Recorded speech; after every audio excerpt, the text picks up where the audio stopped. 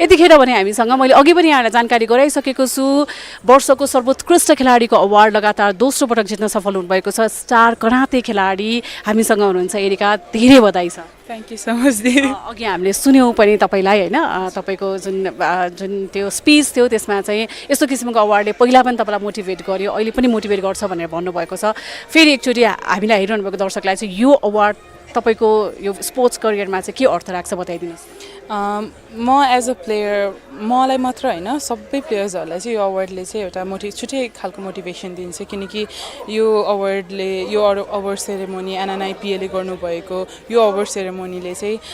प्लेयर्सको एउटा अचिभमेन्ट मात्र नहेरिकन उहाँहरूको सङ्घर्षहरू अनि उहाँहरूको ब्याड डेजहरूलाई पनि हेरेर क्वालिफाई गरेर अनि जस एउटा अचिभमेन्टको एउटा रेकग्नाइज गर्नुहुन्छ त्यसले चाहिँ एकदमै जस एज हाम्रो हार्डवर्क चाहिँ केहीमा राम्रो गुड्समा चाहिँ जो सक्सेसको एउटा पात्रमा चाहिँ गनिरहेको छ है भन्ने एउटा रेकग्नाइज गर्नुहुन्छ नि त त्यही भएर चाहिँ राम्रो लाग्छ अवार्ड अब तपाईँले कति पाउनुहुन्छ वर्षभरि अवार्डको हिसाब गर्ने हो भने धेरै भइसक्यो तर यो अवार्ड चाहिँ खेलाडीहरूले नै दिने अवार्ड सँगसँगै चाहिँ 25-26 जना खेलाडी सँगसँगै पाउने यो अवार्डमा चाहिँ यो अवार्ड तपाईँलाई के किसिमले चाहिँ फरक लाग्छ किनकि हामी प्लेयर्स भएर एउटा प्लेयर्सको मर्म बुझ्ने भनेको नै प्लेयरै हो अनि एज हामीले मेम्बर्सहरू हेर्नु पऱ्यो भने सबैजना प्लेयर्सहरू हुनुहुन्छ एन्ड लेजेन्डरी प्लेयर्सहरू हुनुहुन्छ अनि उहाँहरूको लाइफको एक्सपिरियन्स स्पोर्ट्स लाइफको एक्सपिरियन्स थ्रु हामीलाई जुन किसिमले चाहिँ कस्तो किसिमले चाहिँ हामीलाई हेल्प हुन्छ कस्तो किसिमले चाहिँ हामीलाई मोटिभेसन पुऱ्याउँछ भन्ने कुराले चाहिँ हेरिराख्नु भएको छ अनि I like the concept of सबै स्पोर्ट्सबाट सबैजनालाई विनिङ गर्ने त्यो चाहिँ एकदमै डिफ्रेन्ट अनि एकदमै राम्रो लाग्छ मलाई चाहिँ अब हामी सबैजनाले सोध्ने प्रश्न जतिखेर तपाईँले एसियन गेम्समा हिस्टोरिक मेडल जित्नुभयो त्यसपछि प्रत्येक वर्ष हिस्ट्री नै क्रिएट गरिरहनु भएको छ जहाँ जानुहुन्छ हिस्ट्री क्रिएट गरिरहनु भएको छ हिस्ट्री भइरहेछ यो कसरी सम्भव भइरहेछ यो सम्भव चाहिँ I want dedicate my team यो कुरामा चाहिँ मेरो मनमाइजु टिम अनि होल हाम्रो नेसनल टिम अनि त्यसपछि नेसनल कोचेस जहाँ चाहिँ मैले सपना देख्छु तर एभ्री टाइम उहाँहरूको